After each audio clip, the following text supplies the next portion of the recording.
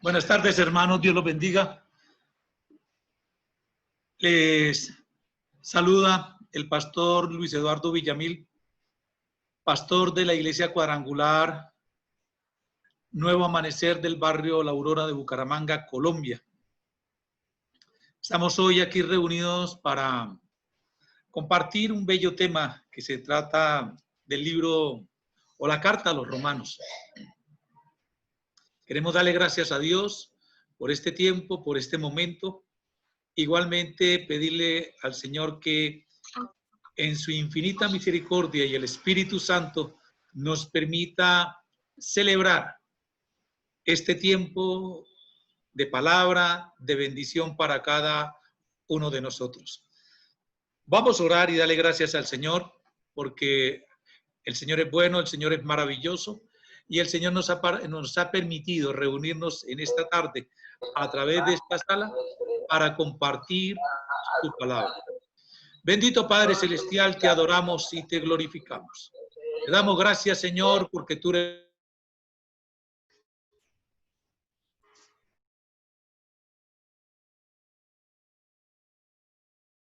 Señor, de tener este tiempo, de celebrar en esta tarde, este momento del estudio de tu santa palabra, que es una palabra de crecimiento para cada uno de nosotros, y que tu infinita bondad, Señor, esté sobre la vida de cada pastor, de cada hermano, de cada líder, que esta sea una palabra de ánimo, que sea una palabra de bendición, y lo más importante, Señor, es que tú te glorifiques, que la gloria y la honra solamente sean para ti, maravilloso Dios. Te adoramos y te glorificamos, Señor, en el nombre precioso de Jesús.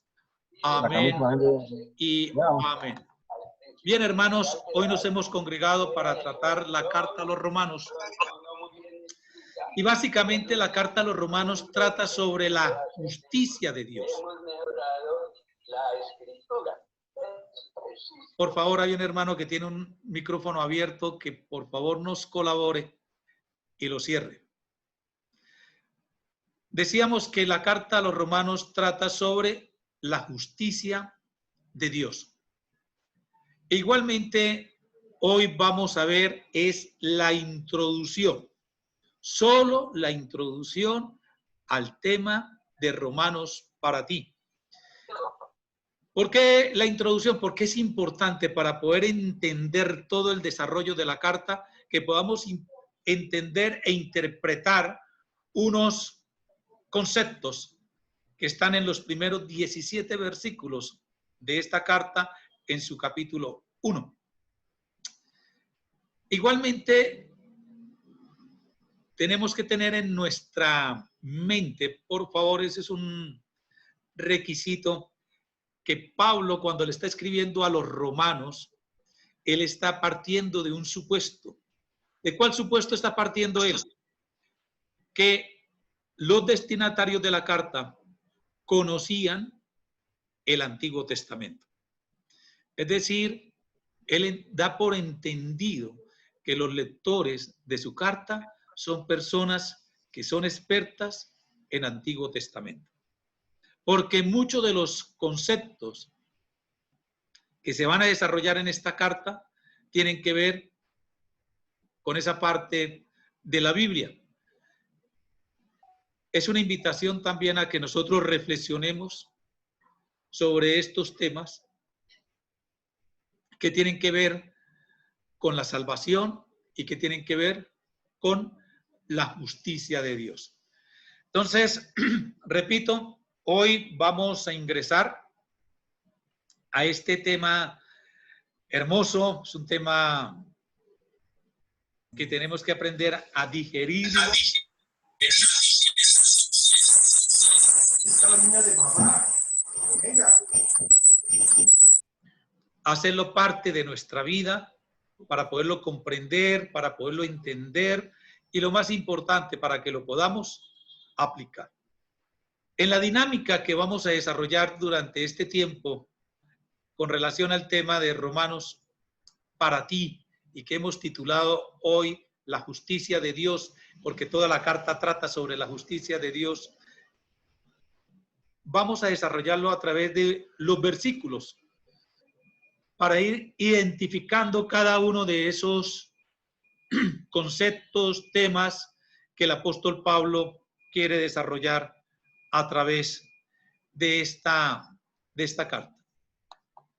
Entonces, hermanos, les doy la bienvenida a todos y gracias por acompañarnos también en este tiempo. Esperamos que sea de edificación, tanto para ustedes como este estudio ha sido de edificación para mi vida, para entender, para comprender más en qué consiste la fe, la salvación y la justicia de Dios, que es lo más importante.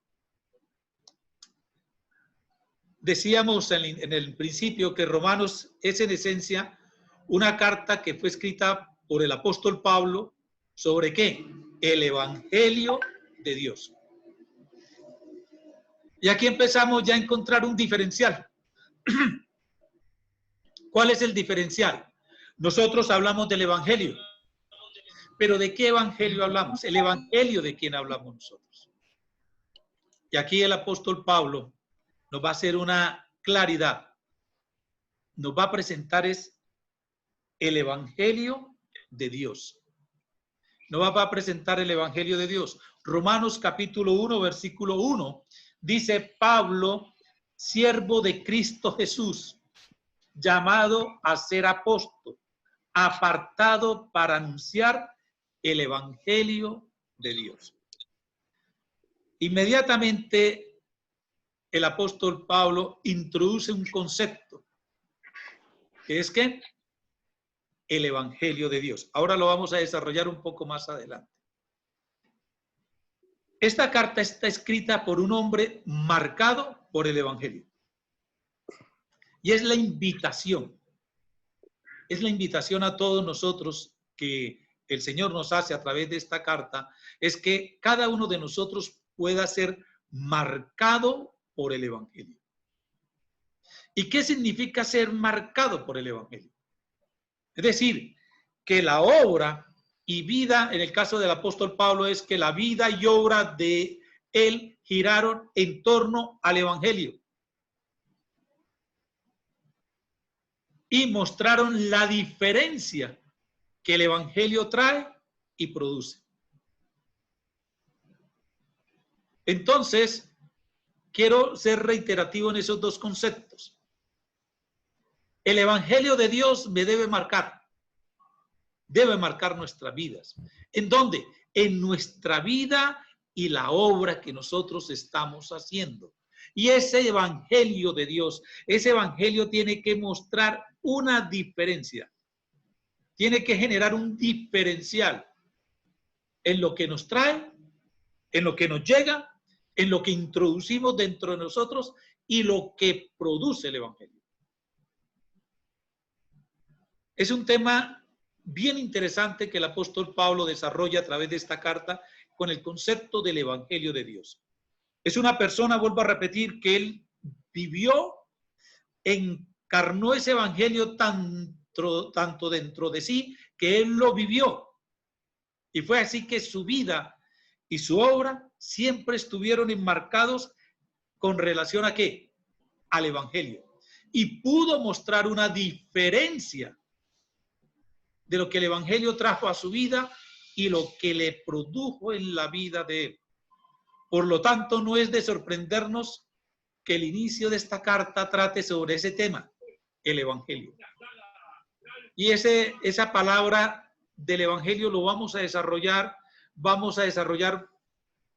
muy puntualmente el significado de lo que es el Evangelio de Dios, de qué significa el Evangelio, para qué nos sirve el Evangelio, lo que el Evangelio debe producir en nuestras vidas y podamos nosotros entender cuál es nuestra relación y realidad con ese Evangelio del Señor. Inicialmente, el apóstol, ¿cómo se identifica? Como siervo del Señor Jesucristo. En todas las cartas antiguas siempre el escritor hacía una presentación. Pablo simplemente enuncia su nombre. Pero más importante que el nombre de él es lo que él dice que es. ¿Y quién es él? Un siervo del Señor Jesucristo. Un siervo de Cristo Jesús. Y aquí empezamos a ver los diferenciales. Nosotros, cuando veíamos los dioses falsos, decíamos que para los ministros, los que estamos en el privilegio de ser ministros del Señor, lo primero que tenemos que entender es que ante cualquier título, lo primero que yo no puedo perder de vista es que soy un siervo del Señor Jesucristo. Ayer el pastor Gregorio hablaba en su presentación excelente que es el llamado, hay una llamada y el apóstol Pablo empieza a identificarse. Primero es lo que él es, un siervo ¿de quién? Del Señor Jesucristo. Y un siervo, ¿qué indica? Un siervo es ¿quién? Un esclavo. Y cuando estamos hablando de un esclavo, de un siervo o de un esclavo, también nos da a entender que existe un señor, un amo. Y a ese señor y a ese amo yo le debo ¿qué? Toda la obediencia. Es decir, su amo, su señor, es su autoridad. Entonces, cuando el apóstol Pablo está diciendo, yo soy siervo ¿de quién? Del Señor Jesucristo, dice, yo soy un esclavo. Jesucristo es mi Señor, Él es mi autoridad y yo a Él le debo toda la obediencia. Aquí partimos ya y empezamos a ver toda la relación, por eso decíamos anteriormente que Pablo vivió en torno al Evangelio. Su vida fue marcada ¿por qué? Por el Evangelio. Decíamos que Pablo toda su vida giró en torno al Evangelio. Él se reconoce como que Cristo, como que el Señor es su Dios, su Señor, su máxima autoridad. Y él le debe a él ¿qué? Toda la obediencia. La invitación nuestra hoy es esa. ¿Cómo es mi relación con el Señor Jesucristo? ¿Verdaderamente es mi Señor? ¿Yo soy su siervo? ¿Estoy en completa obediencia a Él? ¿Él es mi máxima autoridad? ¿O sigo haciendo lo que yo quiero hacer? Dice el apóstol también que Él es Pablo, siervo del Señor Jesucristo. Y dice que, ¿qué más? Llamado a ser, ¿qué? Apóstol. Hoy muchos hermanos en el ministerio, ministros del Señor, quieren tener ese título de apóstol. Como un título, como un honor. Y aquí nosotros nos vamos a dar cuenta de que evangelio es darle honor a Cristo. Apóstol, ¿qué significa? Es un enviado. Y el Señor Dios Todopoderoso, el Señor Dios llamó ¿a quién? A Pablo. Y él fue llamado. Cuando uno es llamado, ¿para qué lo llaman? Para ser comisionado, para ser enviado, para anunciar el Evangelio de Dios. Repetimos, el concepto Evangelio de Dios. Todo el concepto del Evangelio de Dios lo vamos a encontrar en el Antiguo Testamento. El Evangelio de Dios no es un concepto del Nuevo Testamento, es un concepto del Antiguo Testamento, porque es el Evangelio de Dios y vamos a ver ese Evangelio de Dios, qué es lo que representa, qué es lo que va a representar en la vida de cada una de las personas que están siendo beneficiados con esta carta. Apartado quiere decir que es separado, alejado y llevado aparte de todo lo demás. Es decir, el apóstol Pablo está diciendo, fui apartado ¿para qué? Para cumplir un objetivo, un solo objetivo. El Señor me llamó y el Señor te llamó a ti también para cumplir un objetivo. ¿Cuál es el objetivo?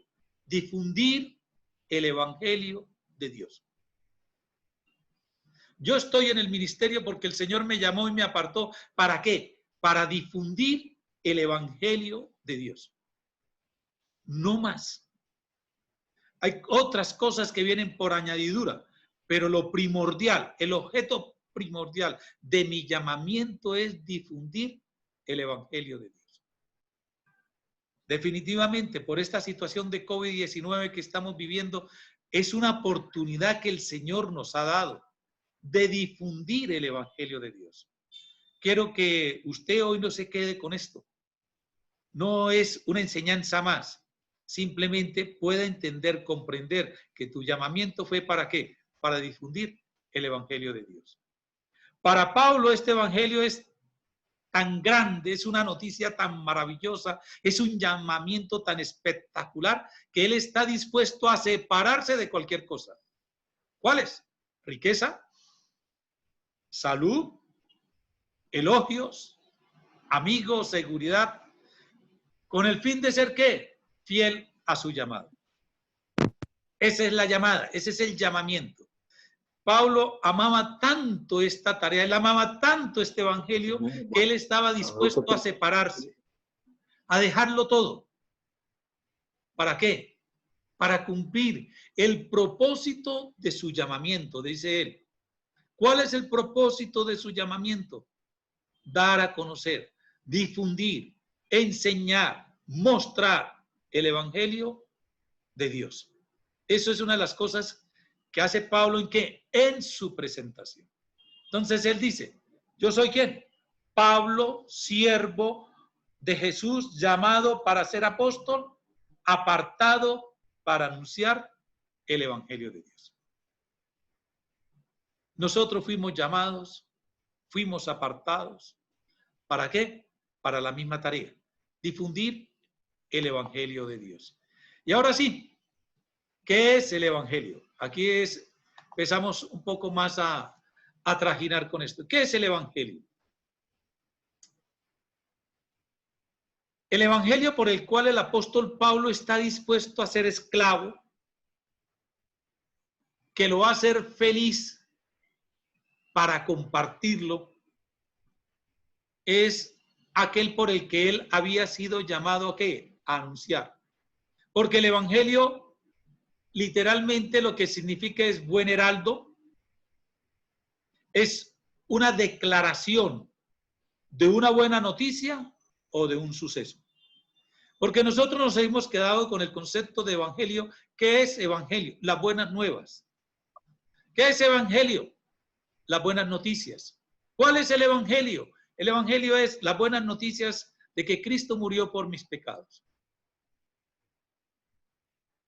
Pero antes de nosotros llegar allá a ese concepto, tenemos que entender que el evangelio por el cual el apóstol Pablo está dispuesto a separarse, a sacrificarse, es porque él tiene la obligación de dar una buena noticia. Y esa buena noticia es que el evangelio de Dios, y ese evangelio de Dios, nadie tiene la libertad de cambiarlo para hacerlo más atractivo. Nadie lo puede cambiar, nadie tiene la libertad de cambiarlo para hacerlo más atractivo a nuestra gente de hoy, a nuestras congregaciones de hoy. Ni tampoco es para manipularlo, con el fin de hacer que sea más cómodo para nuestras vidas. Y por eso es que la carta a los romanos es una carta que incomoda, es una carta que molesta, es una carta que la mayoría de las personas no quiere leer, no quiere estudiar. Los posmodernistas cristianos dicen que una de las crisis de fe que está viviendo la posmodernidad es que en las iglesias de América Latina la carta a los romanos no se está predicando. Porque hemos querido vivir ¿en qué? En un evangelio cómodo. Queremos vivir en un evangelio atractivo para las personas, y eso es lo que le ofrecemos normalmente a la gente cuando las invitamos a nuestras iglesias. Ofrecerle algo atractivo, algo cómodo, para que ellos se sientan tranquilos y vengan más y traigan más gente a la iglesia. La carta a los romanos, vuelvo a decirles, nos va a incomodar un poco. Y desde ya les pido disculpas por eso. El ánimo no es molestar a nadie, el ánimo no es generarle a ninguno alguna indisposición, sino ver a través de la palabra del Señor qué significa el Evangelio. Decía hace un momento que el Evangelio tampoco es nuevo. Más bien Dios, por medio de sus profetas, ya lo había prometido en las Sagradas Escrituras. Por eso el apóstol Pablo normalmente en muchas de sus cartas cita a los profetas, cita permanentemente a los profetas, cita la Escritura, porque el Evangelio ya estaba escrito. ¿Y en dónde está escrito? En los profetas. Ahora que el Señor Jesucristo, a través de él, Dios permite el cumplimiento de las Escrituras, es diferente. Pero el Evangelio ya está escrito. ¿En dónde? En el Antiguo Testamento. Por eso nosotros en el Antiguo Testamento, cuando estamos leyendo el Antiguo Testamento, tenemos que ver en nuestra mente el Evangelio de Dios que se está cumpliendo ¿en quién? En Cristo Jesús. Repito, todo el Antiguo Testamento trata ¿de qué? Del Evangelio. Todas las Escrituras apuntan hacia este anuncio. Usted recuerda cuando en los escritos de Mateo, de los evangelistas, básicamente, cuando los reyes de Oriente llegan a buscar al Señor Jesús, le preguntan a Herodes dónde había de nacer el rey.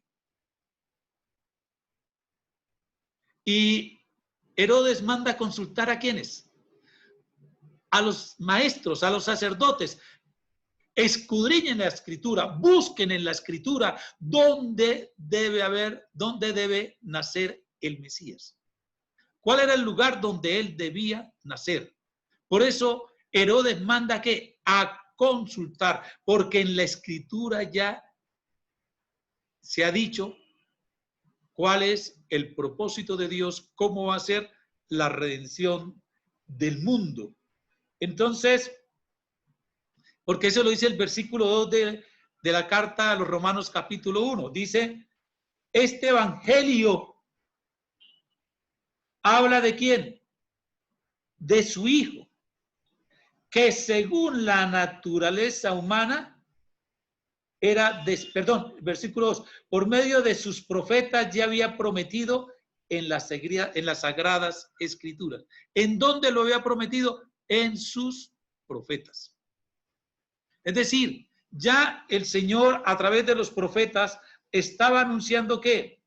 El evangelio. ¿Cuál evangelio? El evangelio de Dios, que fue anunciado ¿en dónde? En las escrituras, a través de los profetas. Es decir, la escritura es el lugar, como diríamos nosotros, un andamio. Es el lugar donde yo me pongo en alto. Y es la metáfora que vamos a usar es el andamio sobre el cual Pablo está parado como heraldo de Dios.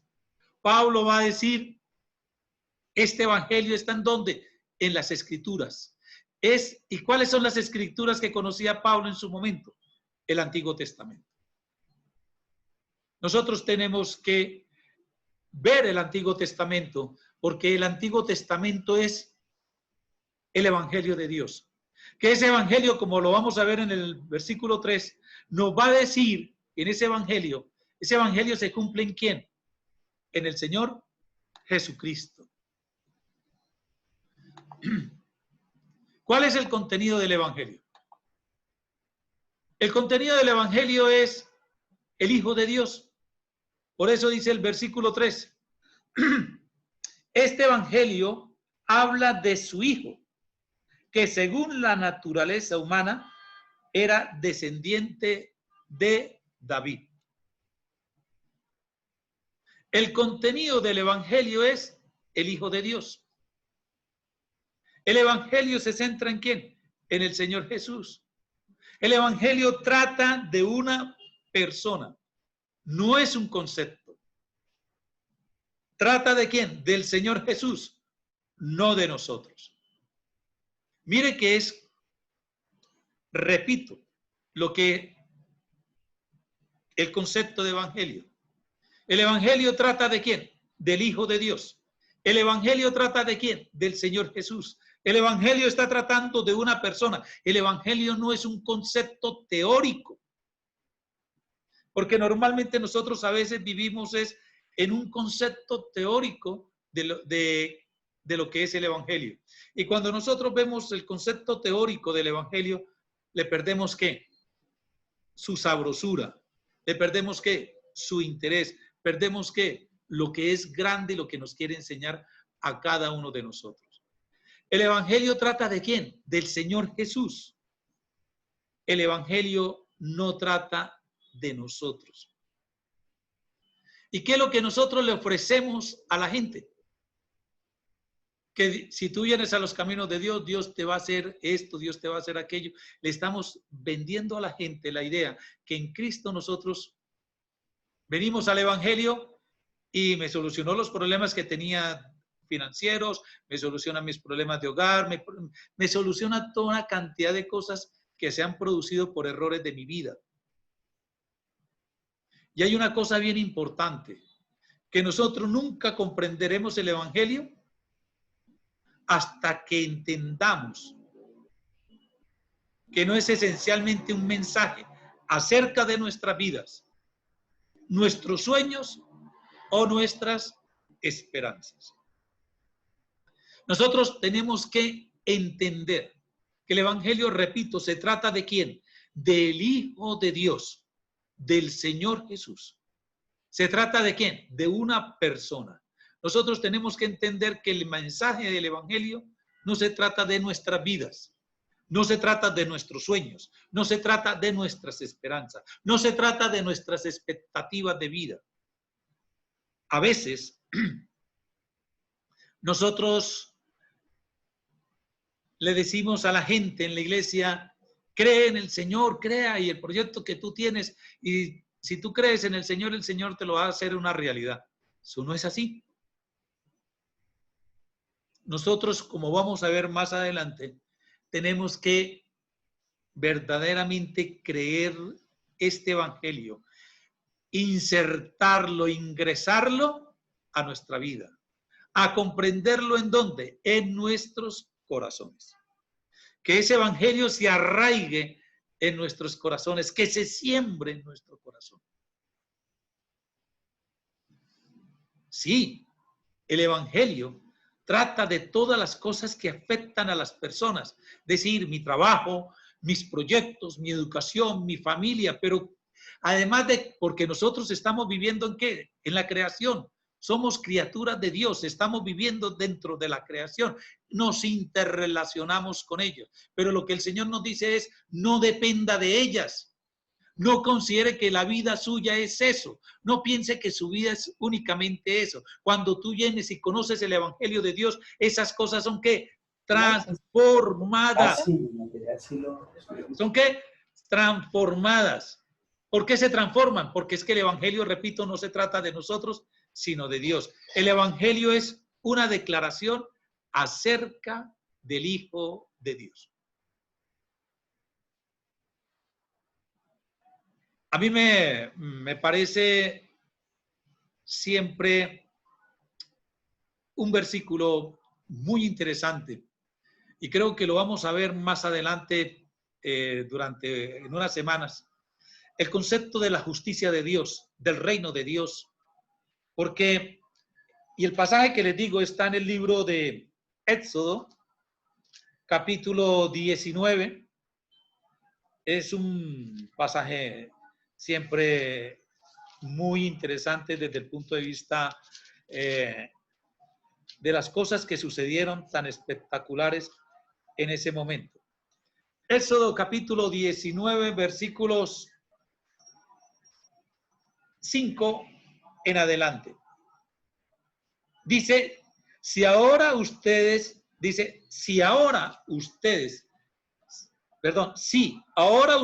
me son del todo obedientes y cumplen mi pacto, serán mi propiedad exclusiva entre todas las naciones. Aunque la tierra me pertenece, ustedes serán para mí un reino de sacerdotes y una nación santa. ¿Qué está diciendo el Señor al pueblo de Israel? Le está diciendo que ¿qué? Que ellos son ¿qué? Si nosotros somos del todo obedientes a Él, ojo con esa palabra, obediencia, y cumplimos lo que Él me dice, nosotros seremos su propiedad exclusiva. ¿Entre quiénes? Entre todas las naciones de la tierra. Y dice, nosotros seremos para Él un reino de ¿qué? De sacerdotes y una nación santa. ¿Qué es lo que pide el Señor de nosotros? Que seamos ¿qué? Obedientes. Que seamos ¿qué? Le obedezcamos a Él. Y si nosotros estamos viendo esa relación, esa posición con Él, dice que nosotros va a ser de nosotros ¿qué? Una nación ¿qué? Santa. Porque es una de las características que tiene el Señor, su santidad. Entonces, repetimos que el Evangelio se trata de ¿quién? De una persona. El Evangelio es una relación con una persona. El Evangelio no es un concepto. El Evangelio no es teoría. Cuando nos dicen evangélicos, qué rico que me digan evangélico. ¿Por qué? ¿Por qué quiere decir que yo soy una persona que estoy viviendo en el Evangelio de Dios? Estoy dando a conocer al Señor Jesucristo. Tengo una relación con Él. Estoy viviendo en una etapa relacional. No nos debemos avergonzar que nos digan ¿qué? Evangélicos. No, al contrario. Debe ser para nosotros una característica, un motivo de alegría, un honor que nos digan eso, porque la gente está viendo que nosotros tenemos una relación con el Señor Jesús.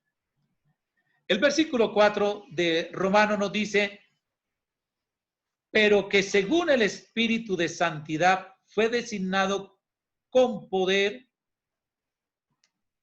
Hijo de Dios por la resurrección. Él es Jesucristo, nuestro Señor. En el versículo 4. Entonces, Jesús, el Hijo de Dios, fue ¿qué? Primero, completamente humano, según la naturaleza humana, está diciendo el apóstol Pablo. Este evangelio habla de su Hijo, que según la naturaleza humana era descendiente de David. ¿Era qué? De naturaleza humana. Versículo 4. Porque según el Espíritu de Santidad fue designado con poder Hijo de Dios por la resurrección. Él es Jesucristo, nuestro Señor. El Señor Jesús es el que cumple las promesas de las Escrituras. Dice que Él fue el descendiente ¿de quién? De David.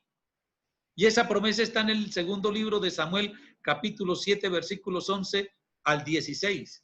Por eso Zaqueo le grita al Señor Jesús, Jesús, hijo de David. Porque él reconoce, Zaqueo sabe la Escritura, conoce el Evangelio de Dios. Y por eso él le dice, Jesús, hijo de David. Se está cumpliendo la Escritura. ¿En quién? En Jesús de Nazaret. ¿Dónde está esa promesa? En segundo libro de Samuel, capítulo 7, versículos 11 al 16. Por eso decimos que Pablo se para en ¿dónde? En la Escritura del Antiguo Testamento para proclamar este Evangelio. También, según los versículos 3 y 4 de Romanos, nos está diciendo que el Señor Jesús también es completamente divino. Es decir, tiene una naturaleza humana, pero también tiene una naturaleza ¿qué? Divina. ¿Por qué? Porque con esa naturaleza divina es designado con el poder del Hijo de Dios para la resurrección. Es decir, el Señor es Jesucristo, por eso nos dice, yo soy la resurrección y la vida. Es decir, Él fue designado con ese poder divino. Pablo con la resurrección habla de dos cosas. Una es la tumba vacía y la otra es la ascensión a reinar a la derecha de Dios. Cuando estamos hablando de la resurrección del Señor Jesús, son esos dos aspectos. Y en esos dos aspectos es que el apóstol Pablo está hablando. Una es la tumba vacía y la otra es la ascensión del Señor Jesucristo a la derecha de Dios. Es decir, en la resurrección vemos que no solo Jesús es el Hijo de Dios, sino que ahora es el Hijo de Dios con poder. Porque Él usa esa palabra, poder. En los versículos 3 y 4, Él anuncia con la palabra ¿qué? Poder. Esa palabra poder también la estudiaremos en el transcurso de esta tarde un poco más adelante. Ya no se trata solamente de quién, de que es Jesús el Hijo de Dios, sino que ahora es el Hijo que tiene ¿qué? Poder, porque Él está sentado ¿en dónde? A la derecha de Dios. Al final del versículo 4, el apóstol Pablo nombra al Hijo de Dios como Jesucristo nuestro Señor. Nosotros sabemos que Jesús, el nombre de Jesús significa Dios salvará. Y el Señor Jesús es el quien cumple todo lo que Dios ya había prometido. Él es el Cristo. Él es el hombre ungido a quien Dios ha designado para gobernar a su pueblo. Otro tema importante que nosotros debemos conocer. Otro tema bien importante que nosotros debemos manejar. ¿Cuál es? Que Cristo es el ungido a quien Dios designó ¿para quién? Para gobernar a su pueblo. Por eso cuando hacíamos la presentación del apóstol Pablo, él decía, yo soy siervo de Cristo Jesús. Él decía, Jesús es mi autoridad. Jesús es mi Señor. Jesús es mi Rey. Yo me le debo todo a Él. Él es mi Señor. Él tiene toda la autoridad sobre mi vida. Y aquí, al final del versículo 4, cuando está diciendo Jesucristo nuestro Señor, está dando a indicar que el Señor le dio todo el poder y además que lo designó para ser gobernante de su pueblo. ¿Qué hacemos nosotros frente a la autoridad? Obedecer. ¿Quién es Cristo para mí? Mi Rey, mi Señor. Es el que manda en mi vida, Él es mi gobernante. ¿Qué le debo yo a Él? Obediencia. ¿Qué le debo deber a Él? Mi obediencia. Y Él es nuestro Señor. Dios mismo es nuestro Señor. El Evangelio es tanto una declaración del gobierno perfecto de Jesús. Entonces mira que el Evangelio es ¿qué? Recuerda que nosotros decíamos Evangelio ¿qué es? Evangelio es anunciar, el Evangelio es declarar. Es una declaración de una buena noticia. Pero la buena noticia que nos gusta a nosotros que nos llegue y nos digan es Cristo te ama, Cristo va a hacer por ti esto, Cristo te va a ayudar. Pero aquí esta declaración que está haciendo el apóstol Pablo a través de esta carta de los romanos me está hablando de una declaración distinta. Me está hablando de una declaración de gobierno, es decir, de un gobernante. Y yo soy un ciudadano de ese reino. ¿Y quién es mi gobernante? Jesús. Y yo tengo que vivir en completa obediencia al Señor Jesús. Es decir, el Evangelio es la declaración del gobierno perfecto de Jesús. Y nos está invitando, es una invitación. No es una obligación. Es una invitación llena de misericordia, es una invitación llena de amor, es una invitación llena de amabilidad, de gozo, de compasión, a que nosotros nos sometamos bajo ese gobierno para poder decir ahora sí, nuestro Señor. Cuando yo hablo de nuestro Señor Jesucristo, quiero decir que Él es mi gobernante y que yo vivo sometido al gobierno de Él. Tal vez hoy no veamos con esa perspectiva, tal vez hoy no veamos con esa directriz o con esa arista, más bien llamémoslo así, el Evangelio. El Evangelio significa gobierno perfecto de Jesús. Y yo he sido invitado. ¿Soy un qué? Invitado a someterme bajo ese gobierno para poder hacer del Señor Jesús mi Señor, nuestro Señor. Toda esta teocracia que estamos desarrollando hoy también está en la oración del Señor Jesús que le enseñó a sus discípulos. Cuando Él dijo, cuando ustedes oren, oren así, Padre nuestro. Estamos hablando que en la relación, Padre e Hijo. Y yo le digo Padre nuestro. Cuando le estoy diciendo Padre nuestro, estoy diciendo, yo soy tu Hijo, Señor. Yo hago lo que a ti te place. Yo hago a lo que a ti te agrada. Señor, yo vivo solamente para santificar tu nombre. Que donde quiera que yo vaya, donde quiera que yo esté, estoy santificando tu nombre, porque estoy haciendo tu voluntad. Estoy sometido a tu autoridad. Estoy bajo tu autoridad. Tú eres mi Padre, yo soy tu Hijo. Manda y yo haré. Esa es la relación que tiene el Señor Jesús ¿con quién? Con el Padre. Y esa es la relación que el Señor Jesús quiere que nosotros tengamos ¿con quién? Con Él. Porque Él, ahora nosotros le decimos, mi Señor Jesucristo, nuestro Señor Jesucristo. Señor Jesús, tú eres el gobernante de mi vida. Yo no sé cuántos dirán amén. si usted verdaderamente siente que Jesús es el que está gobernando su vida. ¿Tú le entregaste el gobierno de tu vida al Señor Jesús? ¿El Señor Jesús verdaderamente es tu gobernante? Esa es una pregunta para hacernos.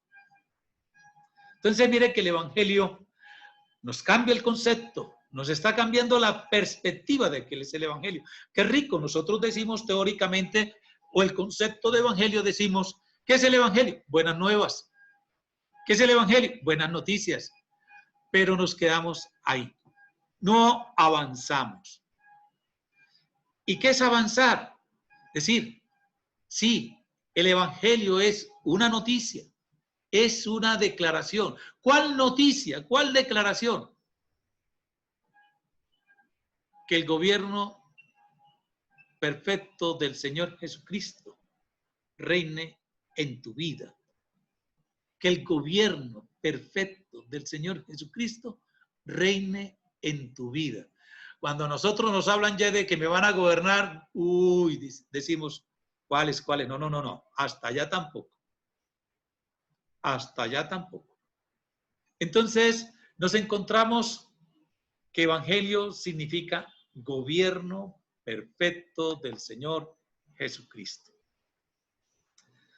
Cuando leímos Éxodo capítulo 19, versículos 5, 6, hablábamos de obediencia. Y la obediencia es una consecuencia de la fe. El versículo 5 de la carta a los romanos nos dice,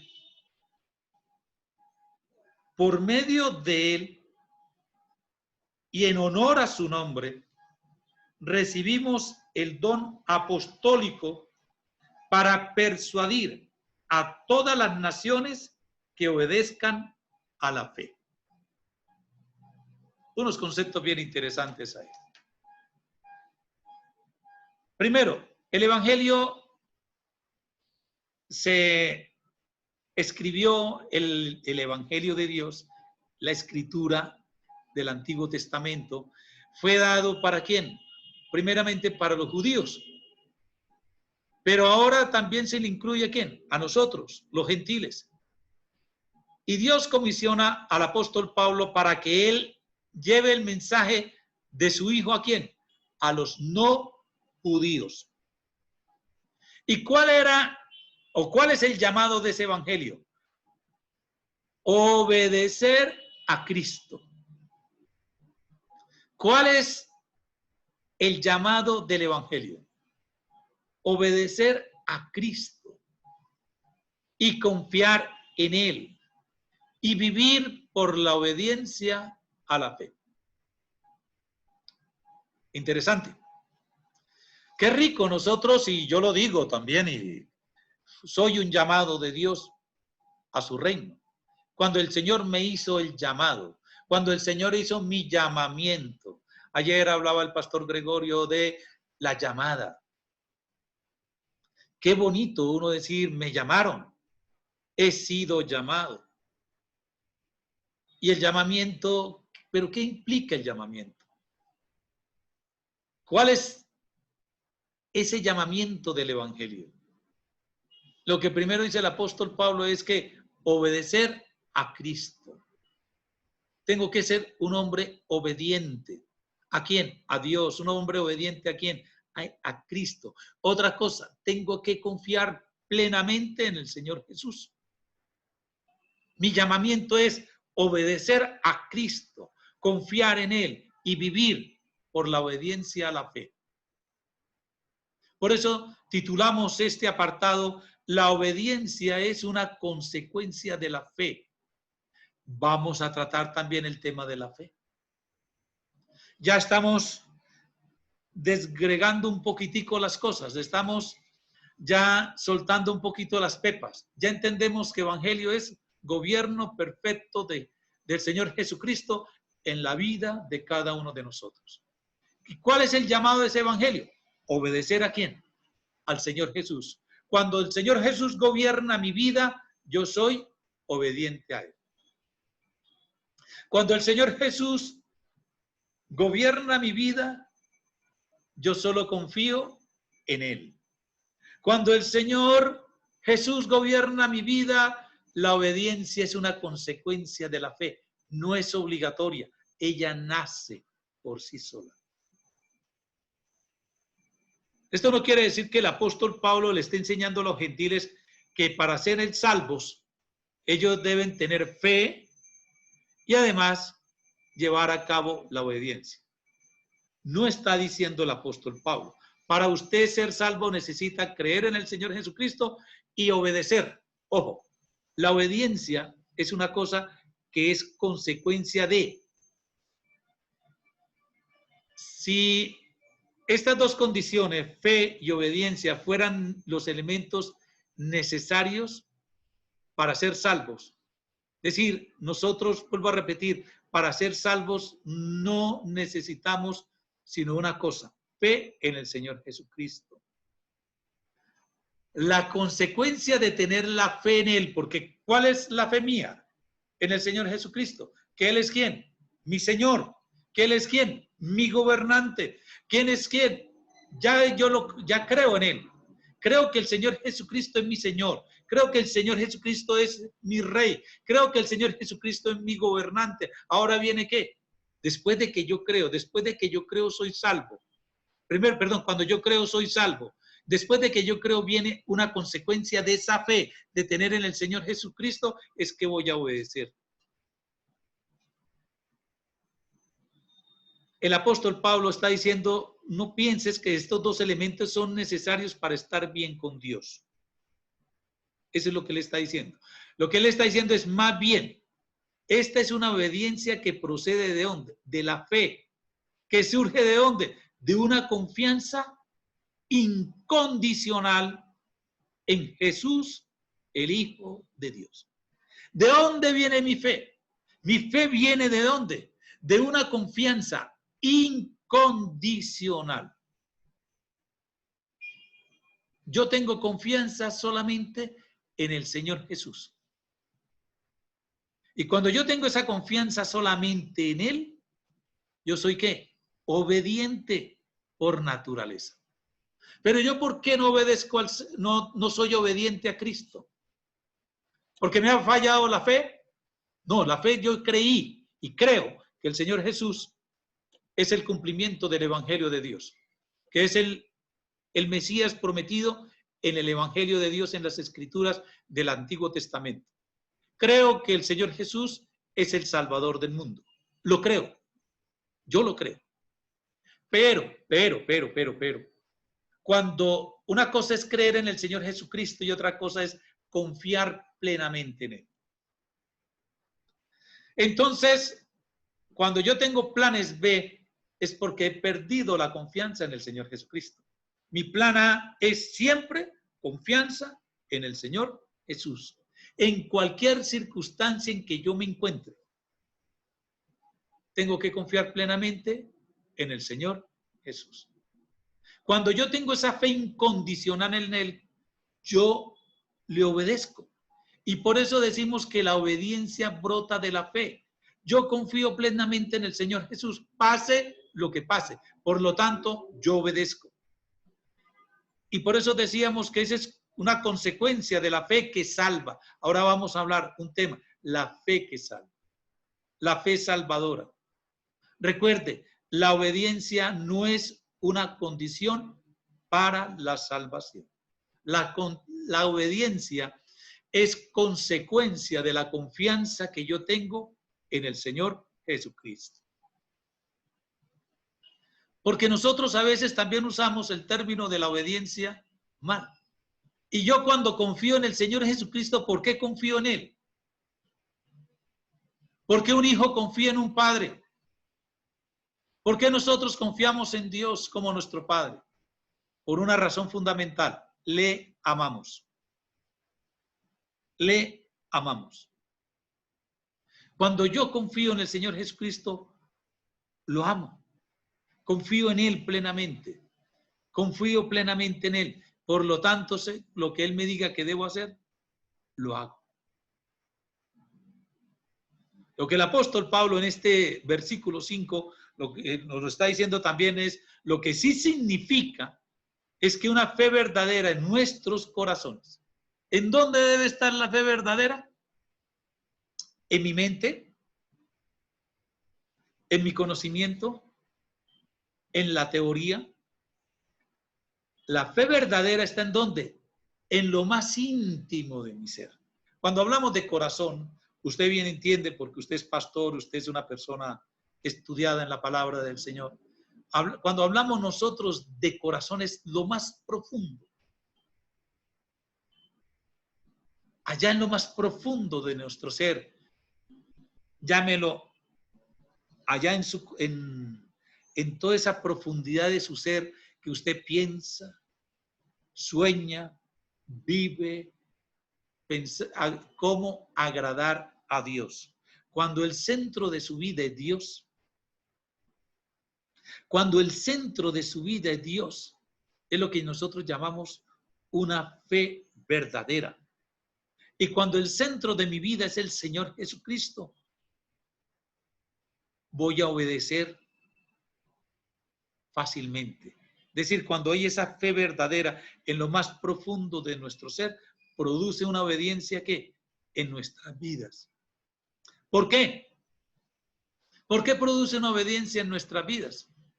Porque el evangelio es la declaración, repito, evangelio es declaración de que Jesús es el Rey prometido, de que el Señor Jesús es el resucitado y es el poderoso Hijo de Dios.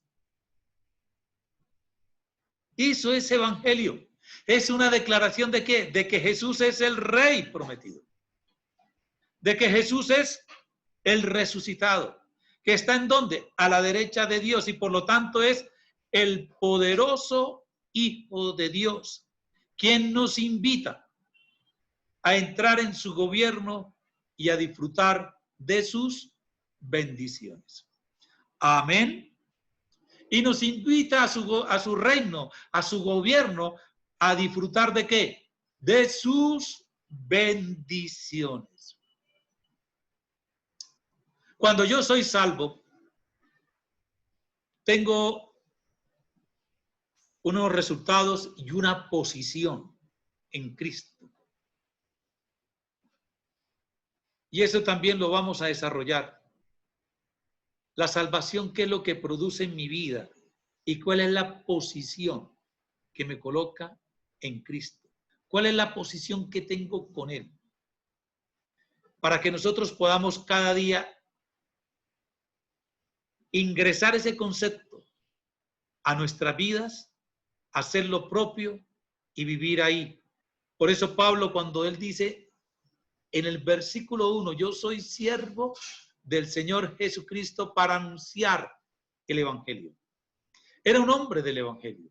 Era un hombre que vivía en el Evangelio. Era un hombre que comprendía en el Evangelio. Era un hombre que pensaba en el Evangelio. Era un hombre que se gozaba en llevar el Evangelio, en declarar que el Señor Jesús es el Rey prometido, que el Señor Jesús es el Rey que resucitó, el que venció la muerte, e igualmente que es el poderoso Hijo de Dios, quien está sentado a la derecha de Dios y hoy nos invita a entrar en su gobierno y a disfrutar de sus bendiciones, o pudiéramos decir, a disfrutar de las mieles de la bendición. La verdadera fe es la fe en un Rey divino. ¿En quién debemos tener la fe? Por eso dice Hebreos, coloquemos nuestros ojos en Jesús, el autor y consumador de nuestra fe. ¿Quién es el autor de nuestra fe? ¿Quién es el consumador de nuestra fe? El Señor Jesucristo. ¿Y quién es el Señor Jesucristo? Es el Rey divino. Es el Rey que prometido. Es el Rey que resucitado. Es quien el Rey que está sentado a la derecha de Dios y es el que debe gobernar ¿qué? Nuestras vidas. El versículo 5 nos dice que nosotros debemos vivir ¿en qué? En una gozosa obediencia. De que nosotros debemos vivir en una verdadera ¿qué? obediencia, pero gozosa, alegre. Estamos felices porque el Señor Jesús nos pide algo y nosotros lo hacemos con prontitud. Y de quienes nosotros somos sus siervos, siempre va a haber una obediencia gozosa cuando usted confía verdaderamente en su Rey. Me alegra obedecer a mi Señor. Vivo feliz porque me agrada vivir para el Señor. Vivo feliz porque yo lo que hago, lo hago para agradar al Señor. Por eso dice la carta a los Colosenses, vivan solamente para agradar a Dios. Todo lo que hagan, todo lo que ustedes hagan, digan, hablen, piensan, háganlo ¿para qué? Para agradar a Dios. Cuando yo vivo para agradar a Dios, estoy en el Padre Nuestro diciendo, santificado sea tu nombre. Cuando yo vivo para agradar a Dios, estoy santificando el nombre de Dios. Por eso ese pasaje del capítulo 19 de Éxodo, yo quiero que si ustedes me obedecen, serán para mí un pueblo escogido, un pueblo amado. Son un pueblo que, y haré de ustedes que un reino de sacerdotes que viven en santidad. Es decir, somos personas que obedecemos de una manera gozosa porque estamos confiando verdaderamente ¿en quién? En nuestro Rey. Vivimos para agradarlo a Él. Vivimos para santificarlo a Él. Vivimos para hacerlo feliz. Versículos 6 al 12, no lo voy a leer, voy a tratar porque ya el tiempo se nos empezó a cortar. Vamos a ver cómo ve Pablo a los cristianos de Roma. Lo primero que todo es que Pablo reconoce y afirma que esta vida de obediencia, ¿cómo debe ser nuestra vida? De obediencia, la cual es alimentada por la fe, se extiende e incluye a la iglesia que está en Roma. Y miremos cómo él describe a estos cristianos y los describe de 4 maneras muy maravillosas. La primera es que Jesucristo los ha amado. Lo primero que el apóstol Pablo está diciendo es que Jesucristo ama a los miembros de la iglesia de Roma. Jesucristo los ha llamado, Jesucristo los ama. Tercero, han sido llamados a ser ¿qué? Santos, es decir, puros, apartados para Él, apartados para servirle al Señor, apartados para glorificar el nombre del Señor. Y otra característica que él ve en los hermanos de la iglesia de Roma es que ellos disfrutan de algo bien importante, 2 cosas bien importantes: gracia y paz. Disfrutan la gracia y la paz concedidas por nuestro Padre y el Señor Jesucristo. La bendición sacerdotal.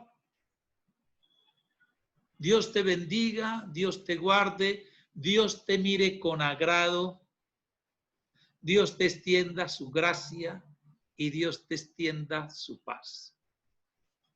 Estos miembros de la iglesia de Roma disfrutan de la gracia y la paz que solamente son concedidas por Dios nuestro Padre y el Señor Jesucristo. Mire las características de una iglesia. ¿Cómo deben ser las características de la iglesia? Jesucristo nos ha llamado. Somos amados de Dios y hemos ido para ser apartados para el Señor. Debemos ser santos y gozamos y disfrutamos de 2 cosas que el Señor nos regala: gracia y paz. Características de la iglesia de Roma. Yo quiero que la iglesia mía, donde yo sirvo, donde el Señor me ha permitido servir, tenga estas 4 características. Que es una iglesia que ha sido llamada por el Señor Jesucristo, que es una iglesia amada por Dios, que es una iglesia a la cual nos ha sido llamados a ser ¿qué? Santos, y también que es una iglesia que disfruta la gracia y la paz concedidas por nuestro Dios Padre y el Señor Jesucristo. Amén. Pablo está orando por ir a visitar la iglesia de Roma, quiere conocerla. Pablo quiere conocer la iglesia de Roma. ¿Cuántos nosotros anhelamos que llegue mucha gente a nuestra iglesia? Pero ¿para qué? ¿Cómo queremos que llegue? Queremos ver es un grupo grande de personas. No, pero la gente que anhele llegar a mi iglesia debe ser una iglesia que vea allá en la iglesia donde servimos, es que hemos sido, ¿qué? Llamados por el Señor Jesucristo. Somos verdaderos cristianos, reconocemos al Señor Jesús como mi Rey, como mi Señor. Yo le obedezco, confío en Él. Somos amados por Él, somos amados de Dios. Que la gente venga a conocernos porque en esta iglesia somos apartados. Nos esforzamos en vivir, ¿qué? En la pureza, en la santidad. Igualmente en esta iglesia se disfruta la gracia y la paz. No es una iglesia contenciosa, no es una iglesia avara, no es una iglesia donde las personas están en tremendo tropel con chismes, con guerras. No, no, no, no. Es una iglesia donde se disfruta, se disfruta. Soy reiterativo en esa palabra. Se disfruta, se goza la gracia y la paz de Dios. Pablo, ¿por qué quería visitar la iglesia de Roma? Mire las características. Yo quiero que usted hoy entienda eso y pueda entender cuál era el anhelo de Pablo de ir a visitar esa iglesia de Roma. Porque además de alentarlos, también desea ser alentado por ellos. Amén. Eso se llama humildad. La iglesia de Roma tiene unas características maravillosas. Pablo quiere visitar a Roma, ¿por qué? Porque él dice, Dios me dio unos dones y con esos dones yo puedo alentar a la iglesia. Pero ustedes también, ustedes son llamados, ustedes son amados, ustedes son apartados, ustedes gozan de la gracia del Señor. Yo también necesito de eso. Alienten mi vida también. Por eso el apóstol dice, para que unos a otros nos animemos con la fe que compartimos. Amados pastores, amados hermanos que están hoy conmigo en esta sala virtual, yo me siento honrado de estar con ustedes, de estar compartiendo, porque me siento que se está cumpliendo esta palabra, porque nos estamos los unos a los otros animando en esta fe que estamos compartiendo. Hoy, esta palabra la estamos viviendo de todo este tiempo que el pastor Kim nos ha estado compartiendo su palabra, la palabra de Dios en todo su amor, en toda su bondad, que Él quiere que nosotros crezcamos en una relación con Dios, en una lectura de la palabra diferente, en una comprensión de la palabra distinta. Y el Señor Jesús hoy, a través de esta palabra, nos confirma lo que nos compartió el hermano David Roa el lunes, lo que nos compartió el pastor Gregorio ayer, lo que nos van a compartir mañana, el viernes. Todo este tiempo es una coinonía de la iglesia de Cristo, donde nosotros todos estamos siendo, ¿qué? Alentados. Es decir, estamos aquí hoy para que nosotros nos animemos los unos a los otros con la fe que compartimos, que es en nuestro Señor Jesucristo. ¿Qué ejemplo que el apóstol Pablo nos da? Si el apóstol Pablo buscó tal aliento en la fe de otros creyentes, ¿cuánto más deberíamos también nosotros? Es decir, en los creyentes. Aquí lo estamos haciendo entre pastores, entre líderes. Pero qué rico es que nosotros podamos también descender, bajar un poquito y podamos decir, oye, mi hermano tiene algo que compartir. Dios le dio un don al hermano que está en la iglesia y él compartió conmigo y eso se llama evangelio, recibir ese aliento también, ser animado por la iglesia y poder salir diferente a como llegué. Nosotros cuando abrimos un culto de oración y de adoración en el Señor, siempre le pedimos al Señor que los hermanos salgamos de la iglesia diferentes a como entramos. Pero ¿qué es lo que me hace salir diferente a como entramos? Que la palabra del Señor sea que nos conmueva a todos, a cada uno de nosotros, que podamos compartir, alentar y ser alentados, que nos vayamos gozosos, animados, celebrando, porque he sido alentado por un hermano de la iglesia y pude alentar a otro también. Aquí el apóstol Pablo comienza a mostrarnos de lo que es la obediencia que surge de la fe. Obedecer a Cristo con la humildad para servir a los demás y con la humildad de ser servido por su pueblo. ¿Cuántos estamos viendo la iglesia desde esa perspectiva?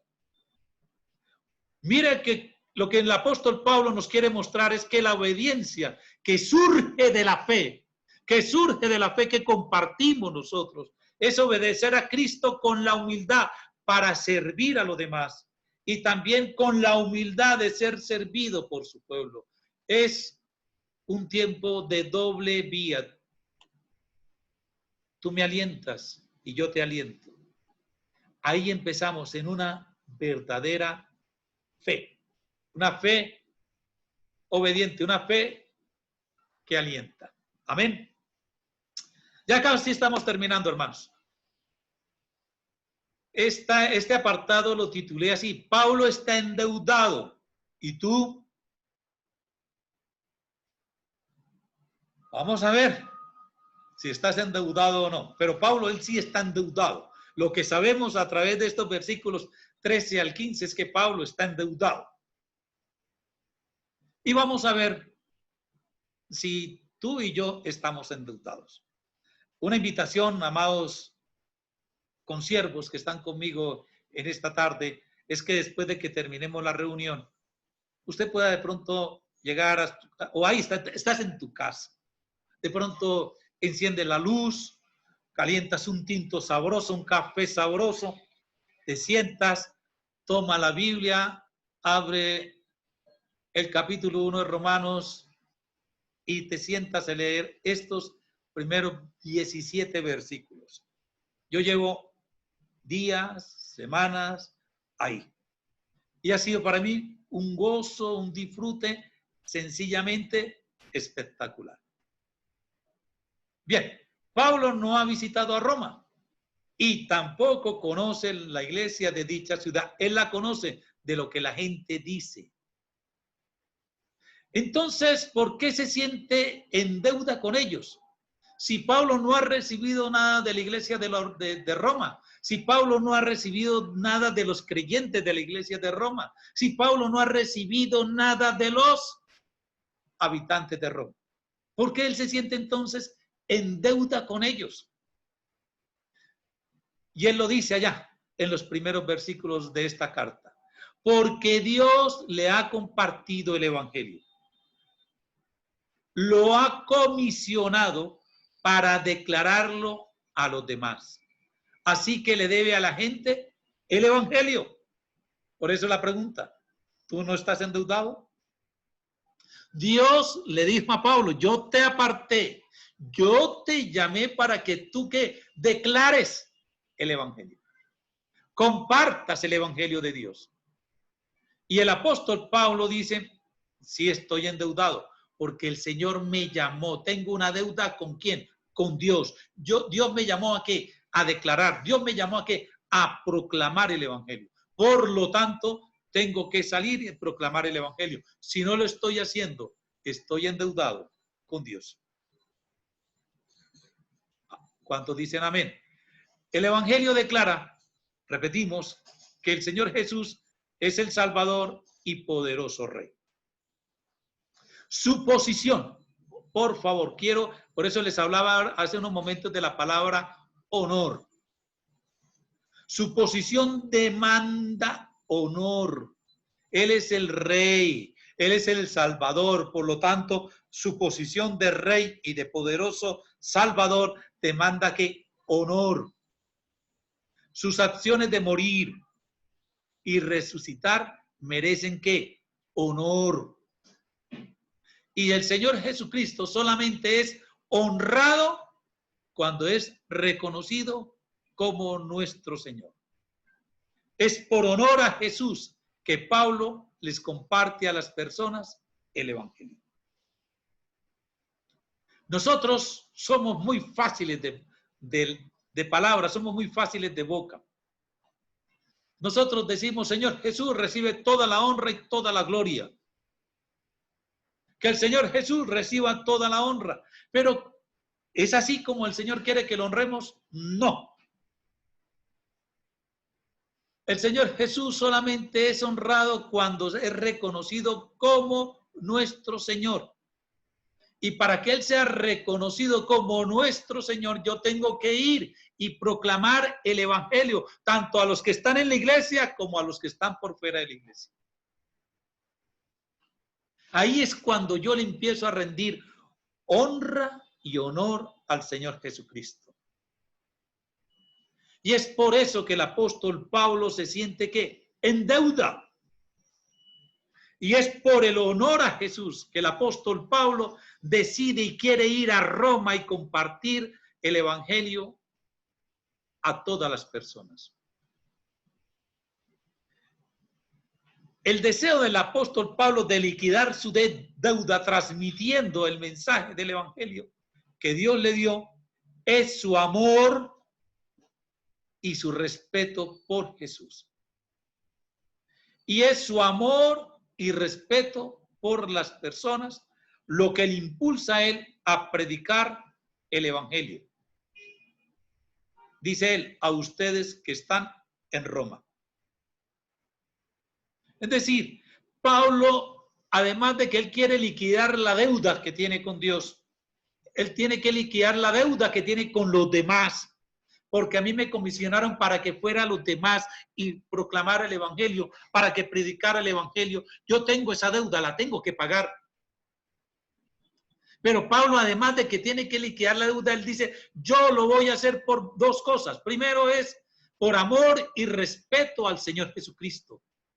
Cuando yo digo respeto, es que lo reconozco como mi Señor. Cuando yo digo respeto, es porque le estoy reconociendo que su autoridad.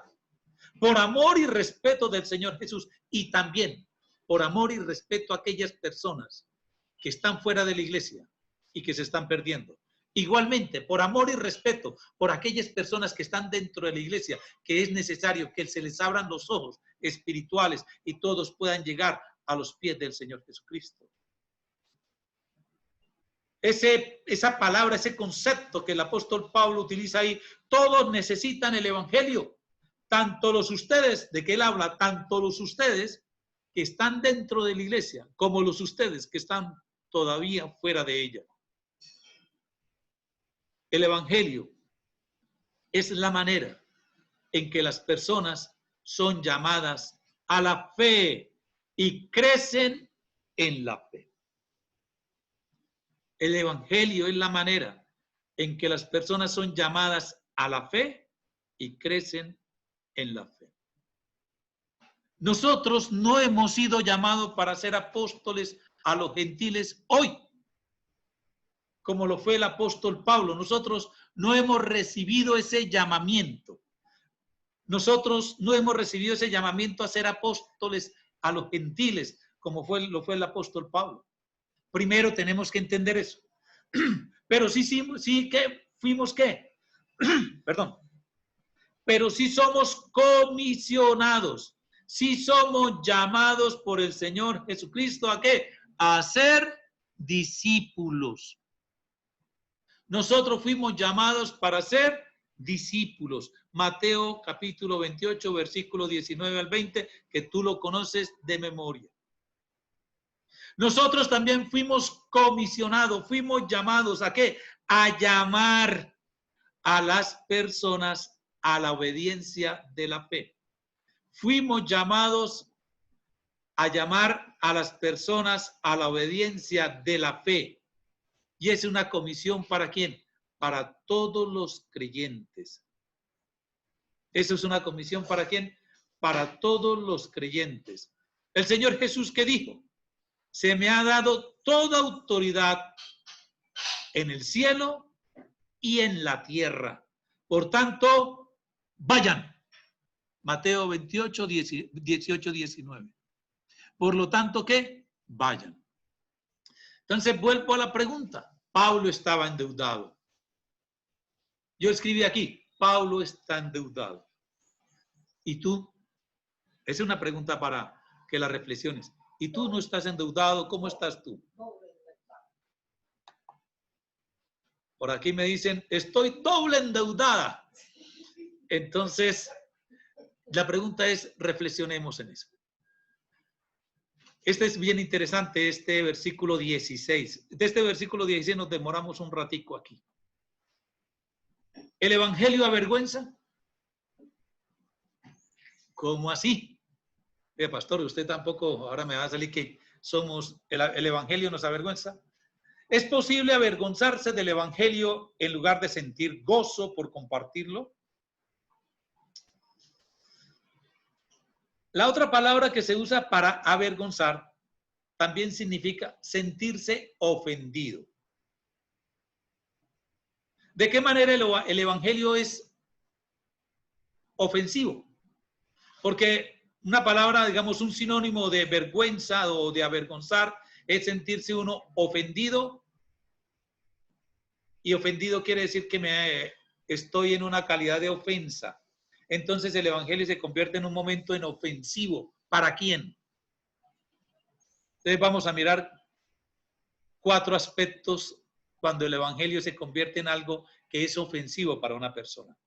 Primero, el evangelio, al decirnos que nuestra salvación es gratuita e inmerecida, realmente nos insulta. Insulta mi inteligencia. Insulta mi ego.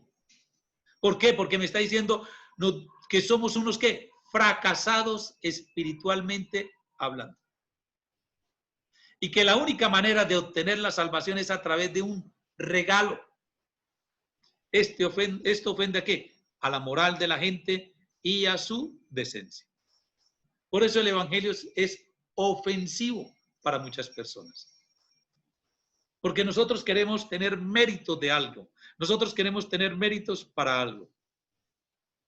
El evangelio también insulta cuando dice que Jesús murió por nosotros. Dice que somos, porque está diciendo que nosotros somos ¿qué? Malvados. Y esto ofende al culto de la libertad individual innata y la creencia popular en la bondad de la humanidad. Es decir, cuando me están diciendo que el Señor Jesucristo murió por nosotros, me está insultando, porque yo digo, yo soy bueno, yo soy bondadoso. Tercero, el evangelio al decirnos que tratar de ser buenos espiritualmente no es suficiente e insiste que ninguna persona buena se salvará, sino los que vienen a Dios a través del Señor Jesús. Esto ofende, ¿por qué? Porque las personas se consideran como agradables y piensan que pueden encontrar a Dios a su manera. Ese es un tema que también ya lo vimos nosotros. El evangelio nos dice que nuestra salvación fue alcanzada por el sufrimiento y muerte del Señor Jesús y que seguirlo a Él significa sufrir con Él y servirle a Él. Eso es algo que a nosotros no nos gusta. Esto ofende a la gente que quiere que la salvación conlleve una vida ¿qué? Fácil. También ofende a la gente que quiere que sus vidas sean ¿qué? Seguras y cómodas. Creo que ese cuarto es para nosotros los creyentes. A veces el evangelio se convierte en ofensivo para nosotros. No, pero es que el Señor me entiende, el Señor sabe de lo que yo necesito, qué es lo que yo estoy necesitando. Eso es a veces lo que nosotros pensamos. Por eso hablamos si el evangelio avergüenza. Seguimos en el capítulo 16 porque el evangelio, ¿y por qué decimos acá? El evangelio no avergüenza, ¿por qué? Primero, Pablo no se avergüenza del evangelio ofensivo ¿Por qué? Porque es poder de Dios. El evangelio es ofensivo para la gente, pero Pablo no se avergüenza de ese evangelio ofensivo. ¿Por qué? Porque el evangelio es poder de Dios, porque el evangelio no es solamente, repito, un concepto, una filosofía, sino que el evangelio es, en el evangelio las palabras y el poder que se unen. El mensaje del evangelio es lo que Dios ha hecho y lo que va a hacer por nosotros. Pablo dice que el evangelio es, por lo tanto, un poder. No dice que da poder o que tiene poder, sino que verdaderamente es poder, porque levanta a las personas, transforma y cambia las cosas de raíz cuando tú permites que el Señor Jesucristo sea tu gobernante. Cuando es relatado y explicado o cuando se reflexiona en él, su poder se emite y se libera. Cuando tú lees el evangelio, cuando tú navegas, cuando tú te sumerges en el evangelio, se emite y se libera el poder de Dios, el poder que tiene el evangelio. Por lo tanto, tenemos que permitir que entren ¿qué? En nuestras vidas para descubrir que está lleno de poder. ¿Qué hace su poder? Es el poder de Dios. ¿Para qué? Para la salvación. El poder del evangelio se ve en ¿dónde? En la habilidad para transformar radicalmente las mentes, los corazones, la orientación de la vida, el entendimiento de lo que sucede, la forma en que las personas se relacionan entre sí y mucho más. Es decir, mire ese poder transformador, ¿dónde está? En mi mente, él me transforma en mi mente, transforma mi corazón, transforma la orientación de mi vida, transforma el entendimiento de lo que está sucediendo a mi alrededor. Es cuando yo tengo la sabiduría de Dios. Y también transforma cómo me relaciono yo con las demás personas. Y mucho más. Pero sobre todo es poderoso porque hace lo que ningún otro poder en la tierra puede hacer, que es salvarnos, reconciliarnos con Dios y garantizarnos un lugar en el reino de Dios para siempre. Todo lo que se requiere para conocer esta salvación es ¿qué? Convicción, estar totalmente ¿qué? Convencidos. ¿Se ofrece a quién? A todos los que ¿qué? A todos los que creen. Aquí tenemos la primera declaración explícita de que la única manera de recibir el evangelio y su poder es por medio de la fe.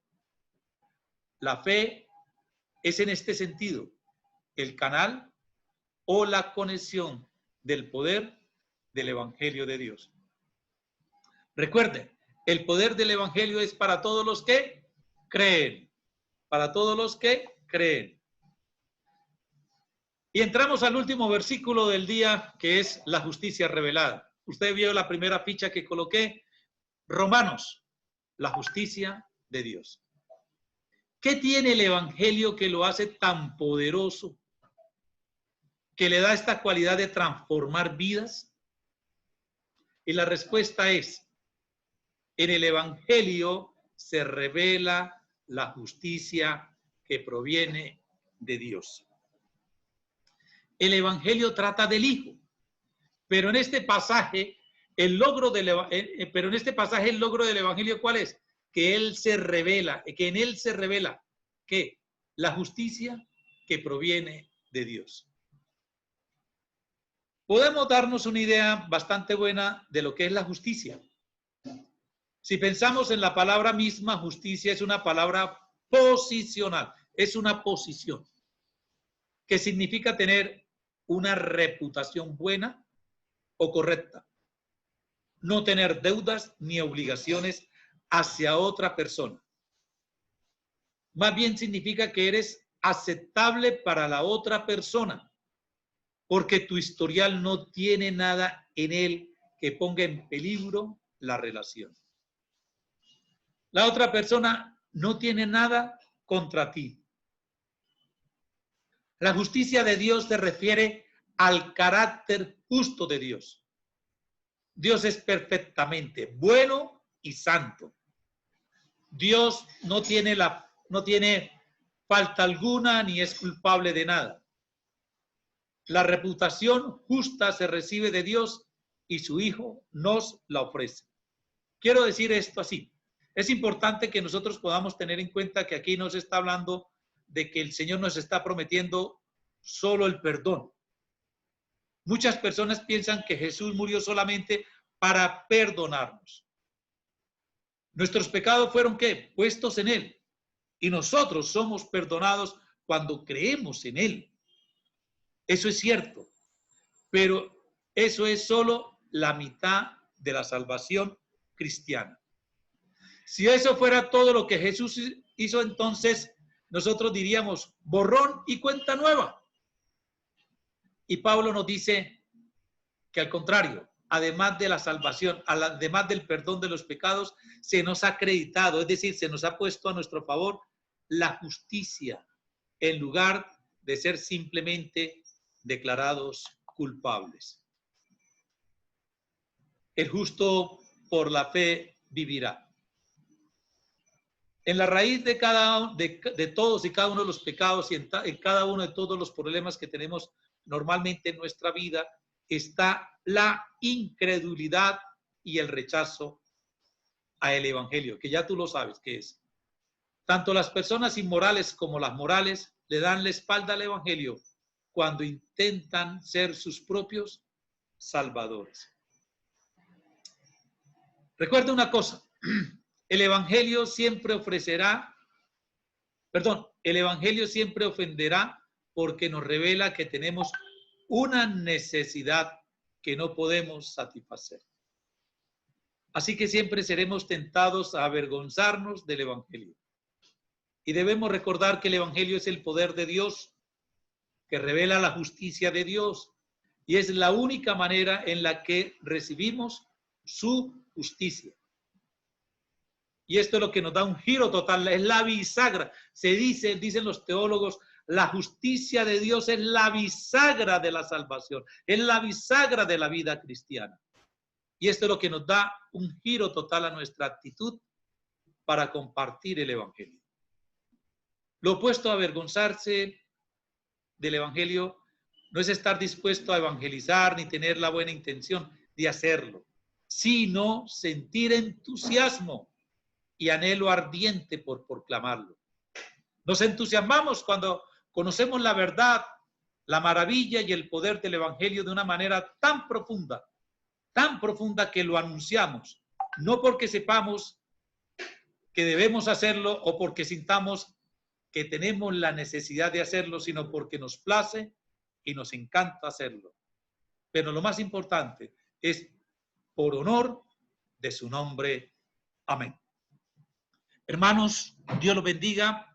Gracias por participar compartir con nosotros en esta sala. Vamos a darle gracias al Señor por este tiempo, por este momento, por la bendición que Dios nos ha regalado, que ojalá esta charla sobre Romanos para ti te haya servido para alentarse, también para comprender y tener una visión diferente de lo que es el evangelio, pero lo más importante, de lo que es la justicia de Dios. Quiero orar por ustedes, darle gracias al Señor por sus vidas, por sus ministerios, e igualmente para que el Señor los continúe bendiciendo y los lleve, como siempre, de victoria en victoria. Padre Celestial, te doy gracias, porque tú eres maravilloso, porque tú eres grande, porque tú eres majestuoso. Te doy gracias por esta bendición que nos has regalado en este día. A mí, por la oportunidad de compartir este tema de Romanos, del Evangelio, el Evangelio de Romanos. Gracias, Señor, porque me has dado la oportunidad de compartir, de aprender, de entender y poder llevar a mis hermanos también lo que tú me has dado a mí. Eso también, tú me has alentado, Señor, y ellos me han alentado y yo también espero haberlos alentado en esta tarde. Te quiero dar gracias, Padre, en el nombre precioso de Jesús, por la vida del pastor Kim, que ha abierto este espacio, Señor, para ser alentados los unos a los otros. Señor, y que cada hermano, que cada pastor que está aquí con nosotros en esta sala, hoy este tiempo haya sido, Señor, de bendición para su vida, para la vida de la iglesia donde ellos sirven, a la iglesia donde ellos van. Señor, y te pido que cuando nos desconectemos de esta sala, quedemos conectados contigo, con tu evangelio, y que podamos crecer en fe, crecer en bendición, Señor. Llénanos de esta fe, llénanos de este evangelio, llénanos, Señor, y danos la fuerza, el valor, el entendimiento, la fe interna, Señor, para solamente rendirnos a ti y dar honor a tu nombre, Padre Celestial. Te lo rogamos en el nombre de Jesús. Amén. Amén. Hermanos, Dios los bendiga, Dios los guarde, que Dios los mire con agrado, que siempre les extienda su amor y les muestre su favor y les conceda su santa paz. Dios los bendiga y mañana seremos bendecidos a través de otra muy buena conferencia como las que hemos recibido hasta el día de ayer. Dios los bendiga. Feliz día. Amén, hermano. Amén. Muchas gracias.